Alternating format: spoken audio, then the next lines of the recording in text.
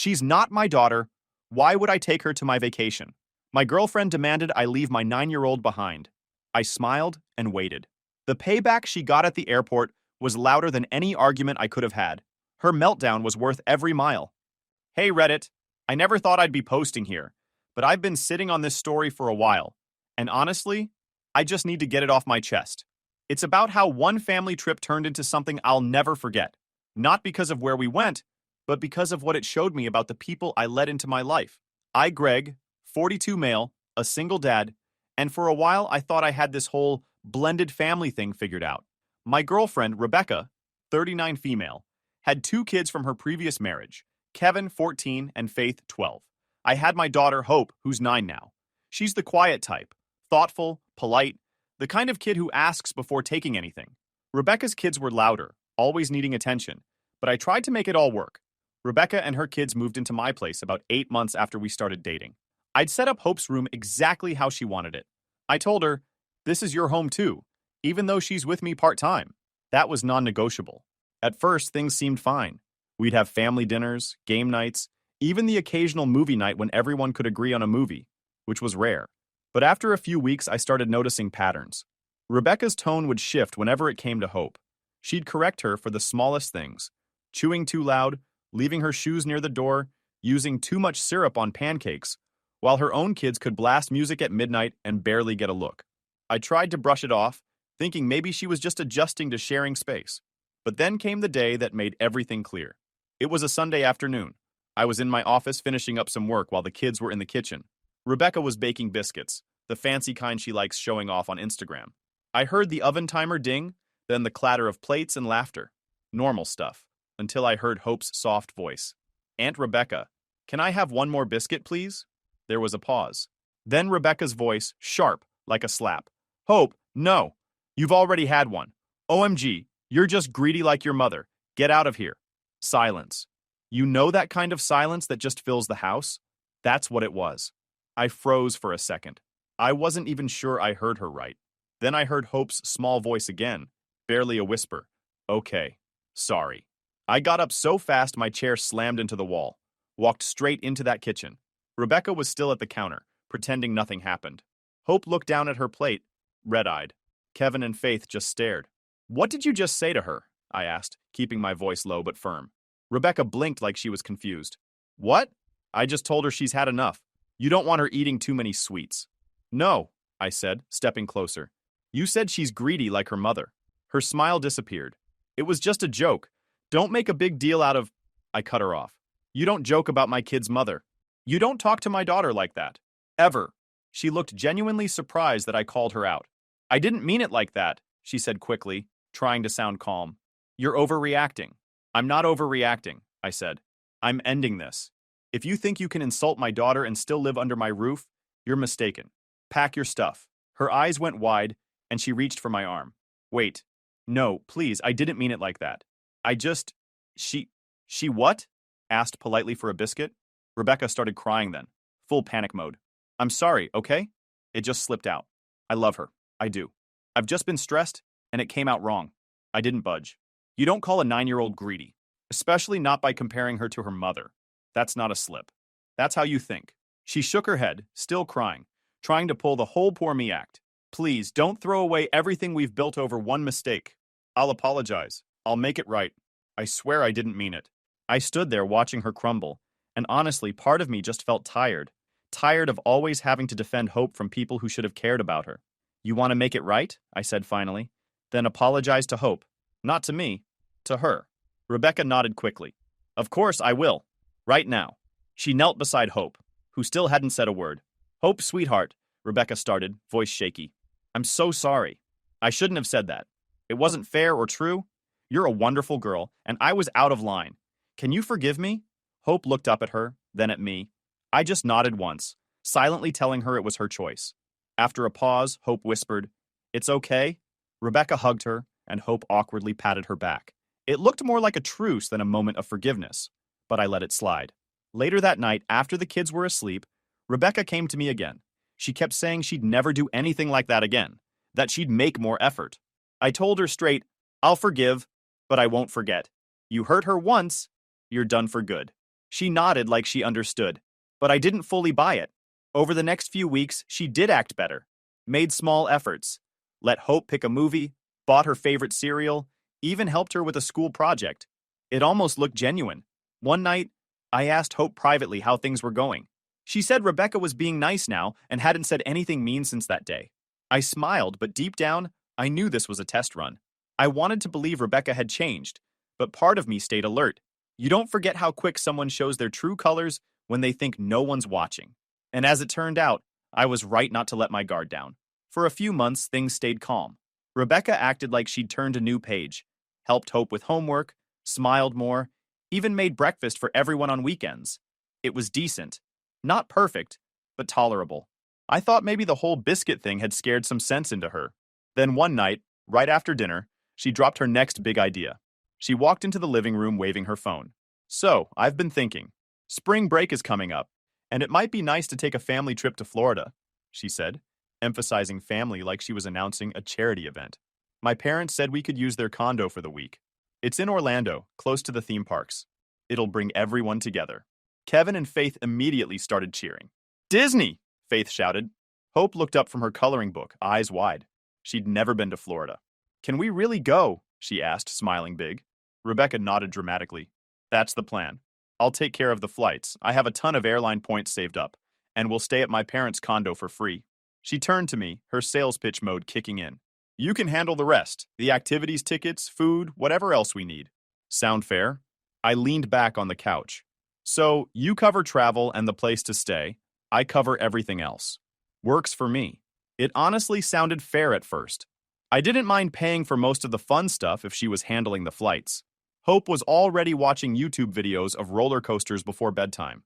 For once, I thought this could actually be something positive for everyone. But of course, that didn't last. A few days later, Rebecca started bringing up activities she was researching. I was working at the table while she scrolled through her tablet, talking more to herself than to me. There's an orange festival that week, she said, tapping the screen. They have juice tastings and citrus everything. Sounds fun, right? I looked up. You do remember Hope's allergic to oranges, right? Rebecca blinked, then gave a little laugh. Oh, that's right. Well, she can just skip that day. I'll take the other kids. I stared at her. Skip that day? She's 9, Rebecca. What do you expect her to do? Sit in the condo alone? She waved it off. We'll figure something out. Don't be so dramatic. That word again, dramatic. Every time she got called out, that was her go-to. 2 days later, she was talking about renting a boat for a tour near the Florida Keys. It's supposed to be gorgeous. We could snorkel, take pictures. Oh, the kids will love it, she said.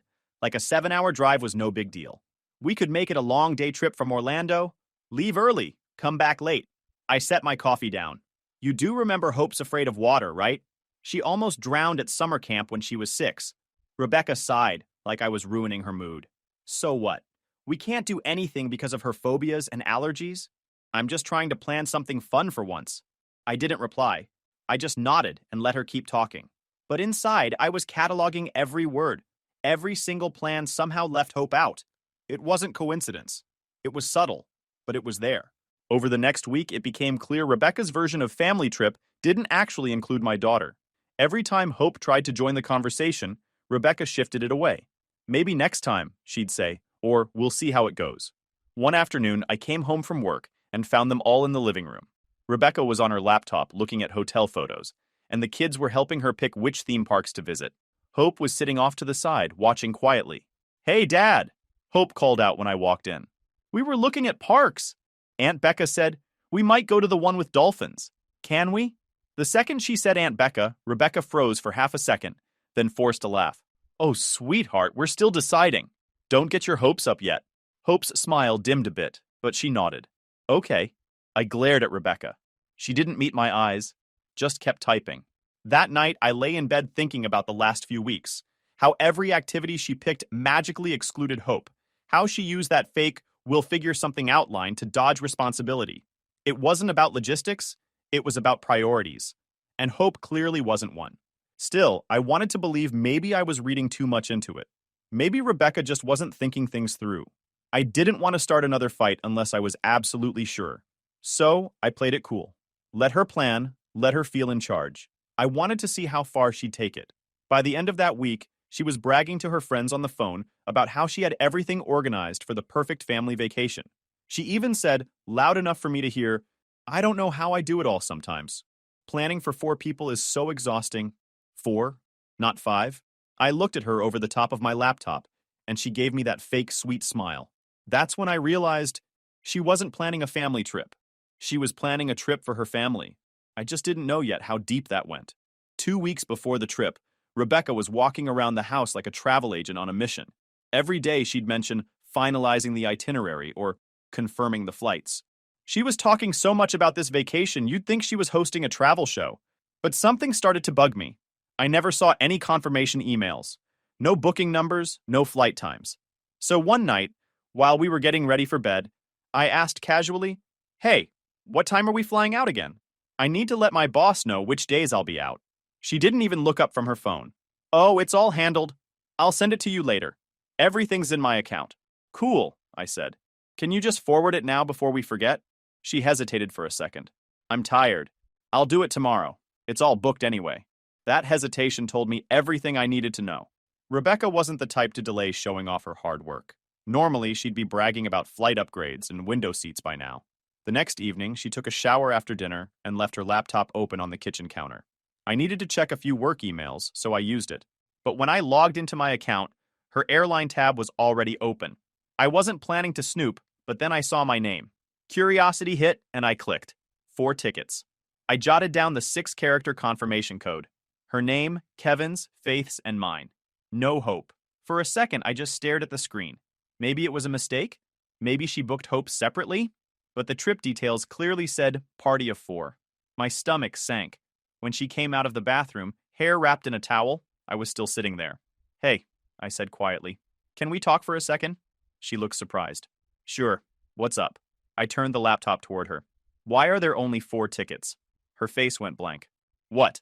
4 tickets, I repeated. You, me, Kevin, and Faith. Where's Hope's? She crossed her arms.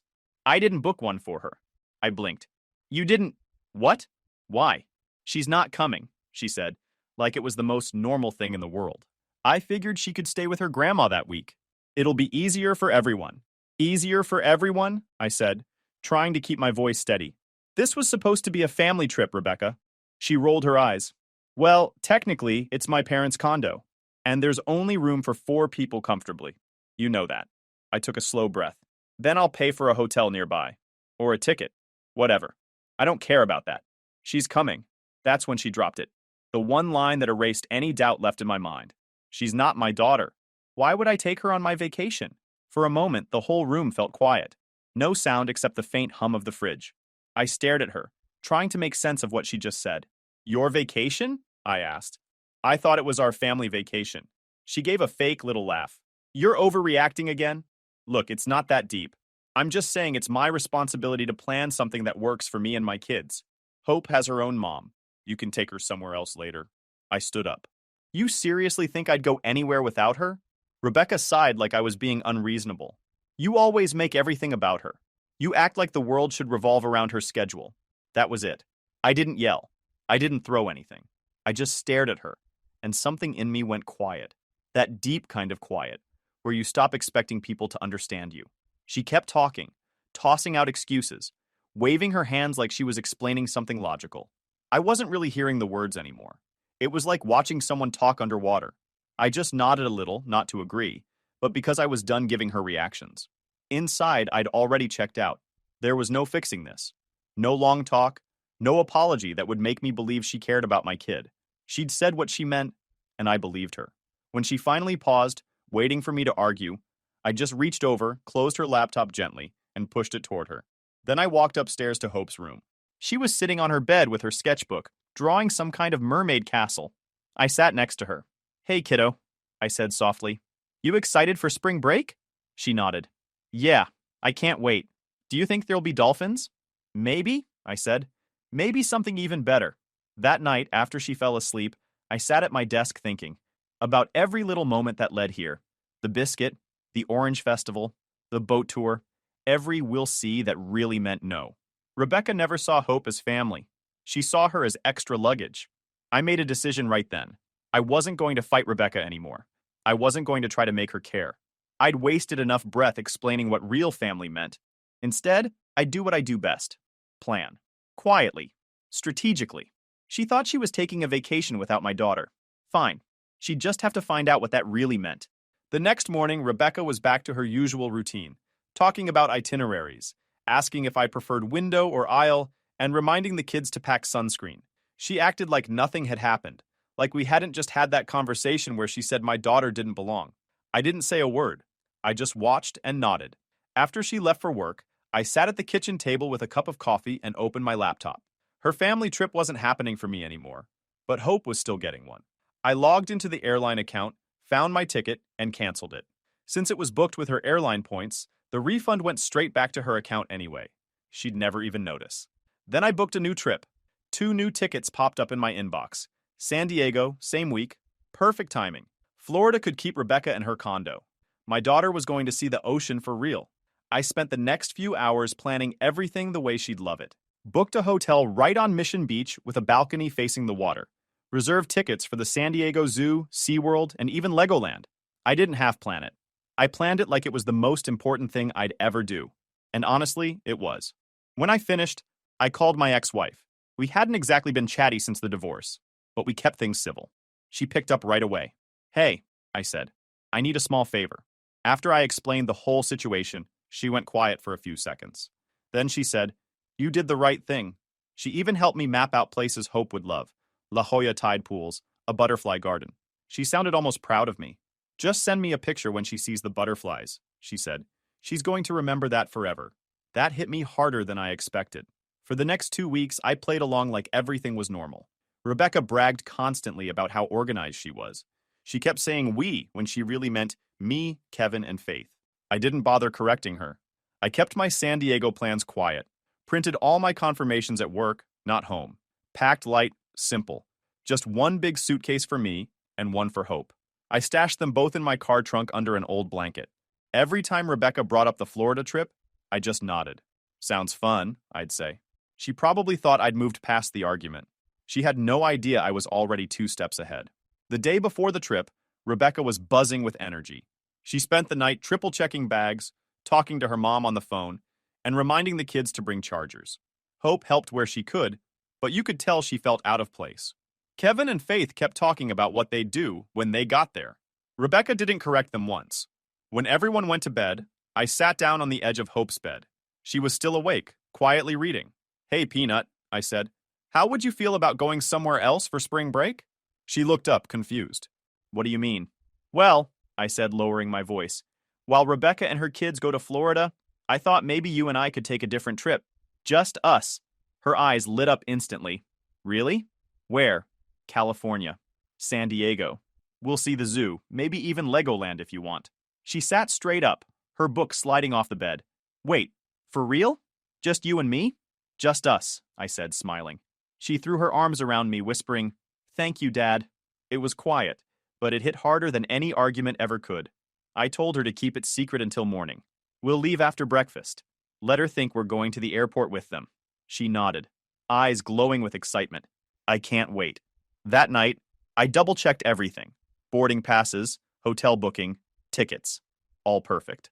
I slipped the suitcases into the back seat of my car so Rebecca wouldn't see them. Lying in bed, I could hear Rebecca on the phone with her mom, talking about how it's so nice to finally have a trip for my family. Her voice carried down the hallway. I just stared at the ceiling and smiled to myself. She'd get her wish. She'd have her family trip, just not the one she expected. Before I turned off the light, I glanced at Hope's door. I could see the little glow of her nightlamp under the crack. She was probably still awake, too excited to sleep. And honestly, so was I. In a few hours, she'd find out what it really felt like to be the center of the plan, not the afterthought. Let Rebecca have her Florida condo and her perfect photos. Hope and I had a real vacation waiting for us. The next morning, everything started like any other travel day. Rebecca was already pacing the house at 6 a.m., double-checking passports, shouting for Kevin and Faith to grab their bags, and giving me a list of things I'd better not forget. I just smiled, carrying my and Hope's hidden suitcases to the car while she wasn't looking. We loaded up and left for the airport. Rebecca sat in the front seat talking nonstop about Florida weather, her parents' condo, and how she couldn't wait to finally relax. Kevin and Faith argued in the back about who would sit by the window. Hope sat quietly next to them, holding her stuffed turtle, the one she's had since she was 5. Every few minutes she'd glance at me, trying not to smile. She knew the secret. When we pulled into the parking lot, Rebecca directed me to her airline's terminal. "Drop us at departures," she said. "You park the car." "Sure," I said, keeping my tone light. "We'll meet you inside." Once she and the kids went ahead, Hope and I parked, grabbed our bags from the trunk, and walked toward the other side of the terminal. Different airline, different destination. She kept giggling under her breath. "Dad, what if she sees us?" "She won't," I said. "She's too busy making sure everyone knows she's going to Florida." We checked in easily. 2 boarding passes to San Diego, printed out smooth as silk. The agent smiled at Hope and handed her a little pair of plastic wings. "First time flying?" Hope nodded proudly. After security, we had time to kill, so we stopped at a cafe for breakfast. Pancakes and orange juice, well, apple juice for her. She kept kicking her feet under the table, too excited to sit still. I checked the time. Rebecca's flight boarded at 9:10, ours at 9:40. Same terminal, just a few gates apart. Perfect. I pulled out my phone and sent her a text. "Which gate are you at?" A minute later, she replied, "C12. Hurry, they're about to start boarding." Perfect. We walked over, blending into the crowd. When she spotted us, she waved, clearly relieved, probably thinking we'd just been running late. But then she frowned. "Where are your bags?" I smiled. "Already checked." "Oh, good," she said, glancing at the line forming. "Come on. They're starting boarding group 1. We can probably go in soon." I didn't move. "We're not on this flight." She blinked. "What do you mean?" "We're not going to Florida," I said, keeping my voice calm but firm. "Hope and I have our own trip." Her eyes widened, color draining from her face. "What are you talking about?" "Of course you are. I booked your ticket." I shook my head. "You booked your ticket." I canceled mine. The people around us were starting to notice the tension. Rebecca's voice rose fast. "Are you kidding me right now? You canceled your ticket? What about the money? The condo? The kids' plans?" I shrugged. "You made your plans. I made mine." Her jaw tightened, anger flooding her face. "You're supposed to pay for everything there. How do you expect me to cover it all now?" I looked her straight in the eye. "That's not my problem. You lost me the day you decided to exclude my daughter. That did it." She exploded. "You're embarrassing me in front of everyone. You're making a scene. This is childish." I couldn't help the small smirk. "You embarrassed yourself when you planned a family trip without half the family." Her voice got louder. "You think you're some kind of hero? You ruined our vacation." People were openly watching now. A gate agent stepped closer, clearly deciding whether to intervene. Kevin and Faith stood awkwardly off to the side, not saying a word. Hope squeezed my hand tighter, her small fingers pressing against mine. I leaned in close enough for only Rebecca to hear. "I told you before, I don't argue about my daughter. You made your choice. Enjoy Florida." She opened her mouth to shout again, but the gate speakers cut in. Now boarding rows 1 through 6 for Flight 201 to Orlando. Kevin tugged on her sleeve. "Mom, we need to go." Rebecca glared at me one last time, eyes full of rage, then grabbed her kid's hands and stormed toward the gate. "This isn't over," she hissed as she passed. I watched her go without a word. The line of passengers swallowed them up, and just like that, she was gone. Hope looked up at me. "Dad?" "Yeah, kiddo? Can we go see the butterflies now?" I smiled. "Yeah, let's go." We walked across the terminal toward our gate. No shouting, no drama, just the sound of her sneakers squeaking on the floor. When we got there, I handed her the boarding pass. "You hold on to this one." She looked down at it like it was a golden ticket. "San Diego," she read out loud, grinning. A few minutes later, as we lined up to board our own flight, she tugged my hand again. "Dad? Yeah?" She leaned close and whispered, "Thanks, Dad." And just like that, all the noise from earlier didn't matter. None of it. By the time we pushed back a little after 10, Florida was just a dot on someone else's map. San Diego felt like a reset button. The second we stepped off the plane, the air smelled like salt and sunscreen instead of tension. Hope's face was pressed against the airplane window, and when she saw the ocean for the first time, she gasped. "It's so big," she whispered. That alone made everything worth it. We spent the next few days just living. No schedules, no rules.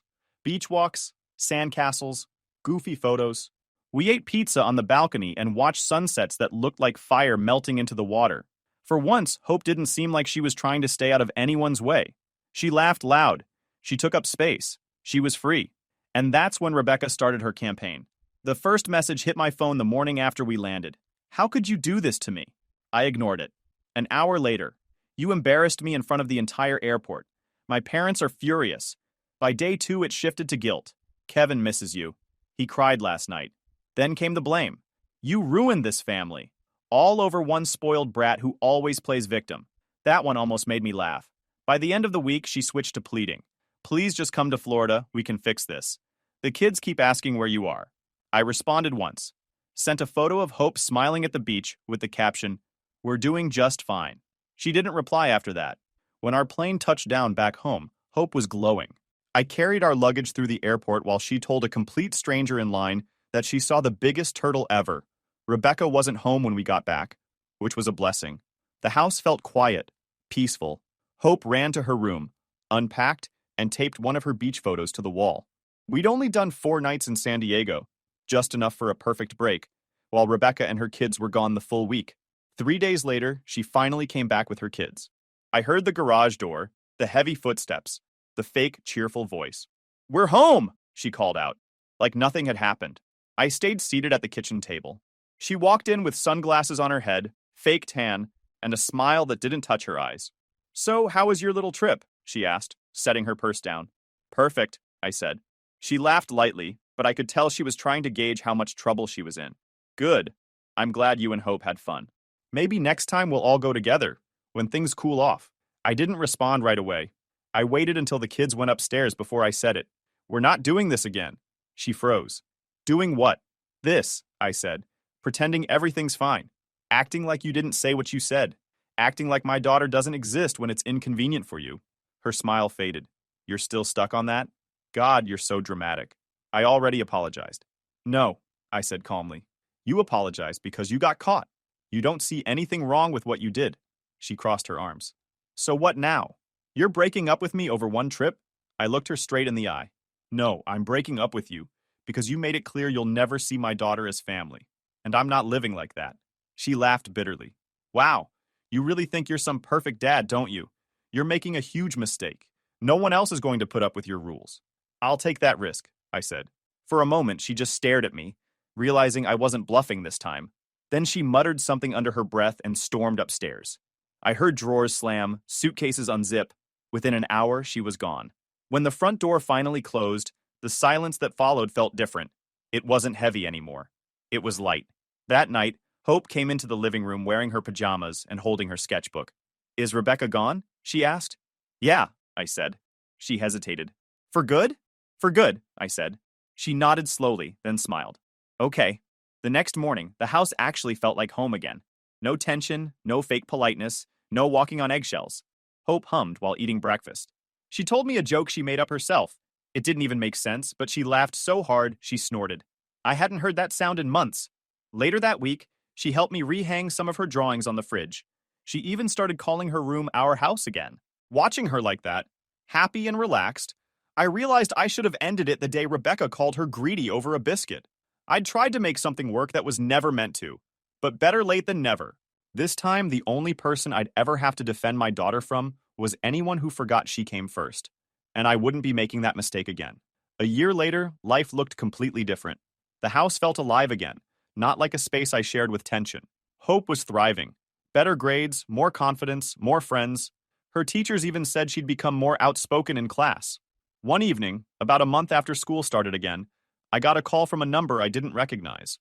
When I picked up, the voice was sharp and familiar. Rebecca's mother. "Do you have any idea what you've done to my daughter?" She snapped before I could even say hello. "She's heartbroken. You embarrassed her publicly. She says she's never been so humiliated in her life." I leaned back on the couch, calm as ever. "She's an adult. She made her choices." "You overreacted," the woman continued. "You threw away a perfectly good relationship over one misunderstanding. Rebecca has been depressed for months. Then maybe she should learn from it," I said evenly. "Because I'm not sorry." She scoffed. "You think you're some kind of hero? You ruined her family." "No," I said. "She ruined it herself. I just stopped pretending not to notice." She hung up on me after that. I sat there staring at my phone for a second, half expecting Rebecca to text next. But she didn't. I guess even she knew that door was closed. A week later, I got a message from a guy named Brian.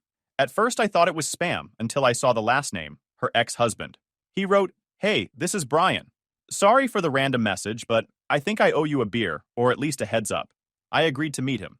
We sat at a small diner and talked for almost 2 hours. Turns out, Rebecca did the exact same thing during their marriage. He had an older son from before they met, and she always found ways to push that kid out. Left him home during trips, made excuses for not inviting him to events. That marriage ended for the same reason mine almost did. Brian shook his head halfway through his story. She's always been like that, man. Everything's fine until she has to share attention. Then suddenly it's someone else's fault. I couldn't even be angry anymore. I just felt relieved, like I dodged a second round of chaos. Time kept moving, and so did life. The best part? Co-parenting with my ex-wife got smoother than it had ever been. We were finally on the same page about Hope. No passive-aggressive texts, no scheduling wars. Just communication that worked. One day she called and said, "I heard from Hope about what happened. She's been so bubbly and happy since that trip. I just wanted to say, you did the right thing. Thank you for standing up for her." We started talking more after that. Nothing forced, just small things. School updates, what Hope was into, maybe a joke here and there. Then she started coming by for dinner sometimes, for family nights. Hope loved it. She'd sit between us at the table, all smiles, like it was the most normal thing in the world. It didn't take long for the conversations to drift past parenting. We'd talk after Hope went to bed, about work, life, everything we messed up back then. She told me she noticed a change in me, that I seemed calmer, more sure of myself. I told her she looked happier too. She laughed and said, maybe we'd both grown up. There's no label on what we are now. We're not rushing anything. But there's something there again. Familiar, steady, and surprisingly easy. I don't know where it'll go, but it feels right. Hope's picked up on it too. The other night, she asked if her mom could come with us on our next trip. Like a real family one, she said. I told her, we'll see. But truthfully, I'm already looking at flights for next summer. A few days ago, I was cleaning out my email and found one last message from Rebecca, sent months ago, unread. The subject line just said, "You'll regret this." I hovered over it for a second, then deleted it without opening. That chapter was done. That night, Hope came into the living room with her sketchbook again. "Dad, remember the beach?" she said, flipping to a page she'd drawn, us holding hands with the ocean behind us. She'd written San Diego in the corner in big, messy letters. "Yeah," I said, smiling. "I remember." She leaned against me on the couch. "That was my favorite trip ever." "Mine too, kiddo." And it really was. Because that trip didn't just break a relationship, it fixed something more important. It gave my daughter peace. It gave her proof that I'd always choose her. Looking back, I don't regret a thing. Not the fight, not the quiet planning, not walking away from Rebecca at that gate. Sometimes doing the right thing costs you a relationship, but if it gives your kid a sense of safety and belonging, it's not a loss. It's a trade-up. And as far as I'm concerned, it's the best trade I'll ever make. YouTube just dropped this new hype feature. If you're hooked on this story, smash that hype button. It tells YouTube this video deserves to blow up, and it keeps even crazier stories coming your way.